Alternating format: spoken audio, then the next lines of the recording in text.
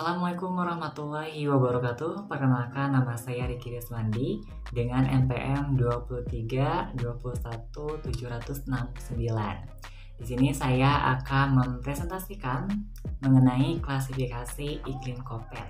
Nah, sebelum kita lanjut, apa sih yang disebut dengan iklim Koppen tersebut? Dan sebelum kita masuk ke iklim Koppen, di sini saya akan menjelaskan mengenai apa yang dimaksud dengan cuaca. Nah, cuaca adalah keadaan udara yang terjadi di suatu tempat yang relatif sempit dan waktu yang relatif singkat. Dan untuk iklim sendiri, yaitu iklim merupakan sebuah pola cuaca rata-rata yang terjadi untuk waktu yang relatif lama dan mencakup wilayah yang sangat luas, teman-teman. Jadi untuk pengertian dari cuaca dan iklim sendiri itu berbeda. Jadi untuk cuaca tuh merupakan sebuah keadaan udara, dan sedangkan untuk iklim sendiri yaitu pola cuacanya seperti itu. Dan untuk iklim Koppen sendiri adalah pengelompokan iklim berdasarkan pada rata-rata curah hujan dan temperatur. Dan untuk karakteristik dari iklim ini yang pertama yaitu dari hujan ya. Nah, hujan merupakan salah satu jatuhnya titik-titik air dari atmosfer ke bumi. Dan yang kedua adalah suhu, temperatur udara yang dinyatakan dalam Celcius, Fahrenheit, dan juga Kelvin. Dan yang terakhir adalah kelembapan, kandungan uap air yang terkandung dalam udara dengan jumlah uap yang maksimum dan terkandung pada suhu dan tekanan tertentu. Dan buat teman-teman penasaran gak sih kenapa sih iklim Koppen tuh disebut iklim Koppen gitu? Enggak nama yang lain, dan di sini juga ada sejarahnya. Nah, iklim Koppen dikembangkan oleh ahli iklim dari Jerman, teman-teman. Dan sekitar tahun 1884. Kemudian seorang ahli iklim Jerman yang bernama Rudolf Geiger bekerjasama dengan Koppen untuk mengubah sistem klasifikasi, sehingga sistem ini kadang disebut dengan sistem klasifikasi Koppen-Geiger seperti itu. Jadi untuk pengembangan dari klasifikasi ini dikembangkan oleh orang yang bernama Geiger dan juga Koppen yang berasal dari negara Jerman.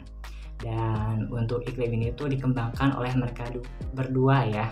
Dan sebelumnya tuh sebenarnya udah ada gitu, tapi dikembangkan lagi sama mereka berdua seperti itu.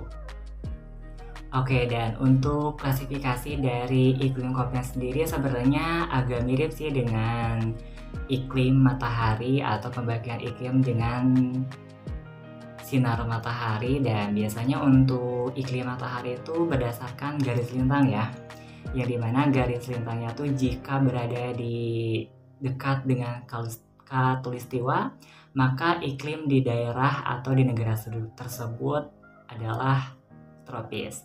Tapi untuk iklim Koppen sendiri sebenarnya hampir sama dengan iklim matahari, tapi ini lebih kompleks ya, dan kayak lanjutannya dari iklim matahari. Dan juga untuk iklim Koppen itu lebih jelas dan sering dipakai oleh dunia untuk pengklasifikasian iklim tersebut, karena untuk iklim itu lebih kompleks dan juga lebih rinci, karena berdasarkan nggak hanya dari garis lintang tapi juga curah hujan, suhu, dan juga kelembaban udara.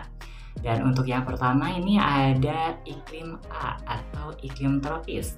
Nah, untuk iklim tropis sendiri itu sama seperti klasifikasi iklim matahari, yaitu negara atau wilayah yang berada di daerah atau yang dilintasi oleh garis khatulistiwa. Dan untuk iklim tropis sendiri dibagi menjadi 3, yaitu AF. Nah, untuk AF sendiri sebenarnya itu adalah sebuah kode untuk memudahkan kita mengklasifikasikan iklim Koppen ya.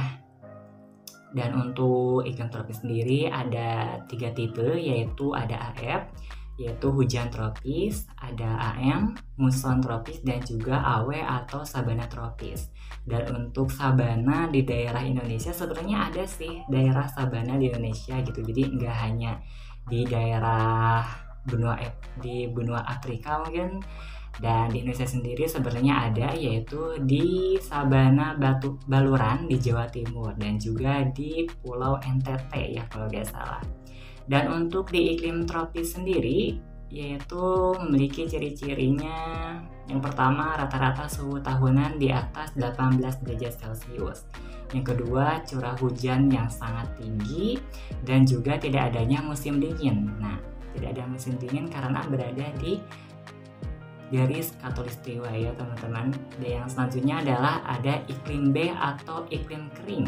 Dan untuk iklim kering sebenarnya wilayahnya banyak ya.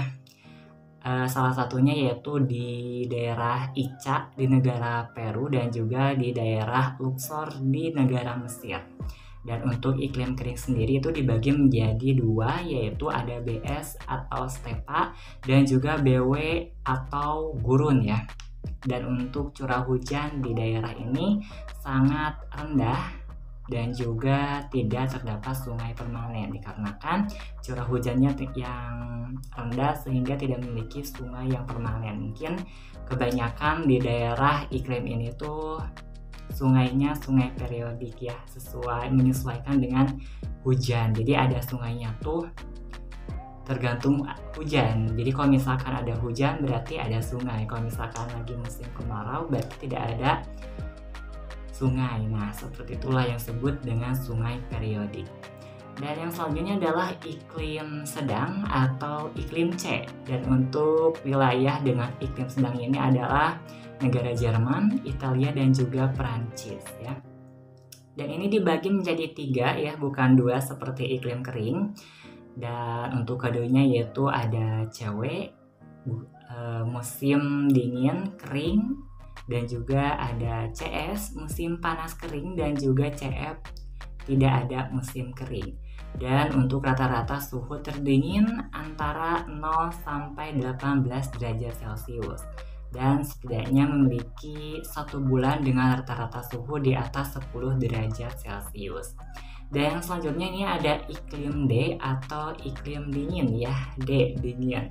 Dan untuk negaranya yaitu atau wilayahnya ada Mongolia, Kanada, dan juga Norwegia. Dan untuk iklim D ini dibagi menjadi 2 teman-teman. Yang pertama ada DF atau hujan salju basah sepanjang tahun, dan juga ada DW, hujan bersalju musim dingin kering.